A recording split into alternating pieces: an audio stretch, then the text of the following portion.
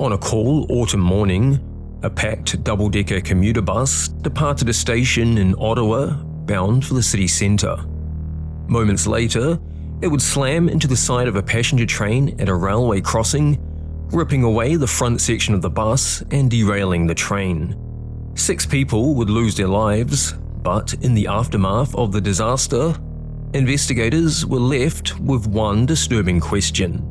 Why had the bus driver not stopped? It was the 18th of September 2013. At around 8:32 am, Via Rail Train 51 departed Ottawa, bound for Toronto in Ontario, Canada. Train number 51 consisted of 4 passenger cars carrying 108 passengers and 4 crew. In the single locomotive was 1 engineer and 1 conductor. Minutes later, at around 8:46 am, OC Transpo Bus 8017 pulled into Fallowfield Station in Barrhaven. The Enviro 500 double-decker was operating Express Route 76 from the suburbs to downtown Ottawa. The bus driver was 48-year-old Dave Woodard. He had worked with the company since 2005 and had a good record. Once passengers had boarded, Bus 8017 departed the station at 8:47 am, carrying 83 people, running around 4 minutes behind schedule. Although seats were still available upstairs, confusion over seating left several passengers standing near the front of the bus as it departed the station, an important point later in the story. As Via Rail Train 51 powered east toward the grade crossing near Fallowfield Road and Woodruff Avenue, OC Transpo Bus 8017 was approaching the same crossing from the transitway.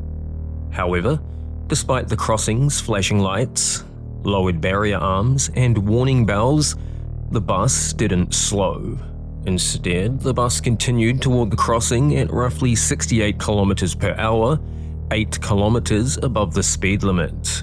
Then, just seconds before reaching the tracks, the driver suddenly applies the brakes, but it was too late.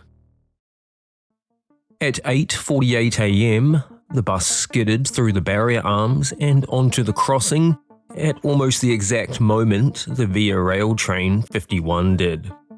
The front of the bus collided with the side of the locomotive, tearing away the front section across both decks. The train derailed and continued for another 210 meters. In the immediate aftermath of the collision, passengers and drivers aboard 2 other buses following close behind rushed toward the wreckage to help survivors and give first aid. Injured passengers began climbing from the bus wreckage, while those aboard the derailed train were helped from the cars by the train attendants. Emergency crews arrived within minutes, and the wounded were rushed to a nearby hospital as rescuers searched through the shattered remains of the bus. It would take until 10:50 am, more than 2 hours after the accident, to account for all survivors. When all was said and done, 6 people were dead, including the bus driver. 35 others were injured, several critically. Remarkably, no one aboard the train was injured. But as the scale of the disaster became clear, so did one haunting question. Why had the bus driver failed to react? The investigation into the tragedy was led by the Transportation Safety Board of Canada, or TSB for short. In the days after the crash, investigators examined the wreckage, reviewed surveillance footage, and reconstructed the final moments leading to the impact. The biggest question was simple: why hadn't the bus driver stopped? The crossing's lights, bells, and barrier arms had all activated, yet the bus continued toward the tracks. One point of note, however, due to a whistle ban in effect from 8 p.m. till noon, the train driver had not sounded the horn while approaching the crossing. Investigators examined the possibility of mechanical failure, but found no defects in the bus's brakes. Skid marks confirmed the brakes had indeed been applied, but only 3 seconds before impact. Attention then turned to the driver. Toxicology tests found no traces of alcohol or illicit substances, and a medical emergency was ruled out. His work and rest schedule was found to be within regulations, and records showed he was considered an experienced driver with a generally good employment record. With no evidence of mechanical failure, medical issues, or deliberate actions, investigators were left searching for another explanation. As investigators continued piecing together the bus's final moments, attention shifted to something inside the bus. Like other Enviro 500 buses operated by OC Transpo, Bus 8017 was fitted with a video monitor beside the driver, displaying a live feed from the upper deck.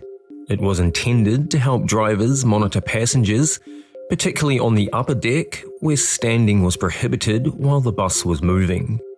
Survivor interviews soon revealed that, shortly after departing Fallowfield Station, confusion broke out over seating, with several passengers crowded near the driver on the lower deck. Passengers recalled driver Dave Woodard repeatedly glancing at the monitor. Others recalled passengers shouting "stop" and "watch out" as they saw the oncoming train the driver hadn't noticed.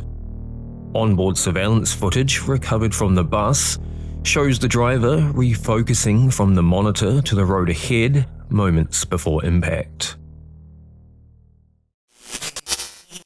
On the 2nd of December 2015, the Transportation Safety Board of Canada officially concluded that the crash was most likely caused by driver Dave Woodard becoming distracted by the bus's onboard video and failing to notice the crossing until it was too late.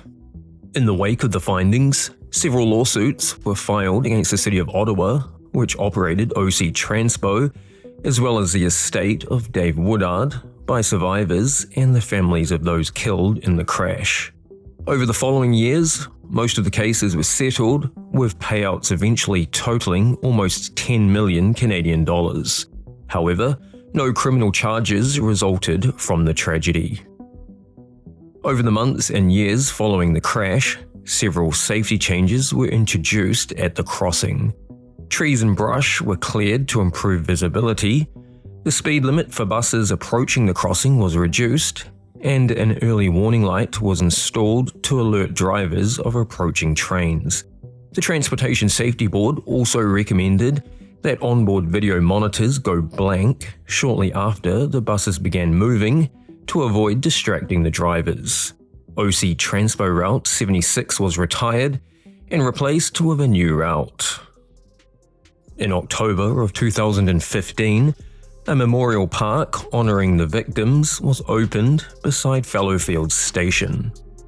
For the passengers aboard Bus 8017 that day, what began as an ordinary trip to work became a disaster that would claim 6 lives and leave a lasting trauma for the survivors, families, and the first responders caught up in the tragedy. That's all for today's video. If you found value in it, I'd love it if you subscribed and joined me for the next one. To watch another of my videos, you can click the link on screen. And as always, thanks for watching.